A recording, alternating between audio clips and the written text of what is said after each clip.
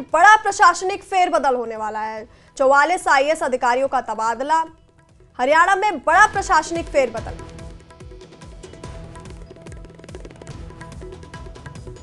बड़ी खबर आपको बता रहे हैं, कई जिलों के उपायुक्त भी बदले गए हैं। हरियाणा में बड़ा प्रशासनिक फेरबदल हुआ है। 44 आईएएस अधिकारियों का तबादला हुआ है। कई जिलों के उपायुक्त भी बदले गए हैं। तो बड़ी खबर आपको बता रहे हैं, हरियाणा में बड़ा प्रशासनिक फेरबदल हुआ है। 44 आईएएस अधिकारियों का तबादला हुआ, साथ ही कई जिलों के उपायुक्त भी बदले गए हैं। तो बड़ी खबर आपको बता रहे हैं, हरियाणा में बड़ा प्रशासनिक फेरबदल सामने आया है। 44 आईएएस अधिकारियों का तबादला और साथ ही कई जिलों के उपायुक्त भी बदले गए हैं। बड़ा प्रशासनिक फेरबदल हुआ है। 44 आईएएस अधिकारियों का तबादला और कई जिलों के उपायुक्त भी बदले गए हैं।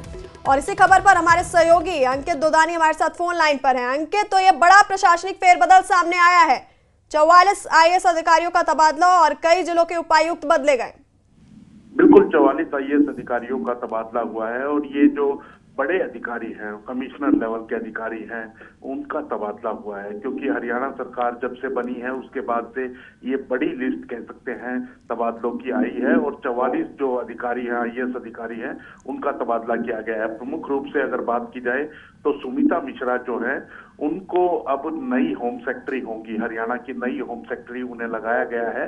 वहीं अगर बात की जाए अनुराग रस्तोगी की, तो अनुराग रस्तोगी को एफसीआर लगाया गया है, फाइनेंशियल कमिश्नर लगाया गया है। और जो अशोक खेमका हैं, वरिष्ठ आईएएस हैं, वो भी उनकी एक बार कह सकते हैं कि दोबारा से मुख्य धारा के अंदर वापसी हो गई है। उनको एडिशनल चीफ सेक्रेटरी लगाया गया है ट्रांसपोर्ट विभाग के अंदर।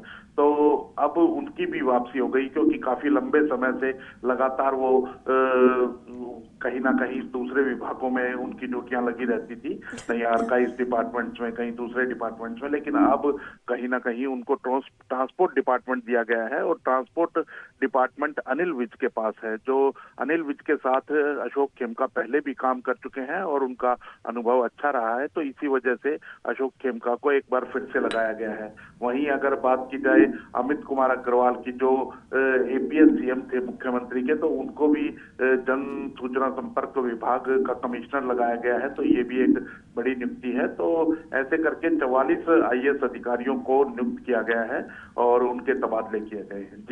जी अंकित, आपका बहुत बहुत शुक्रिया जानकारी हम तक पहुंचाने के लिए।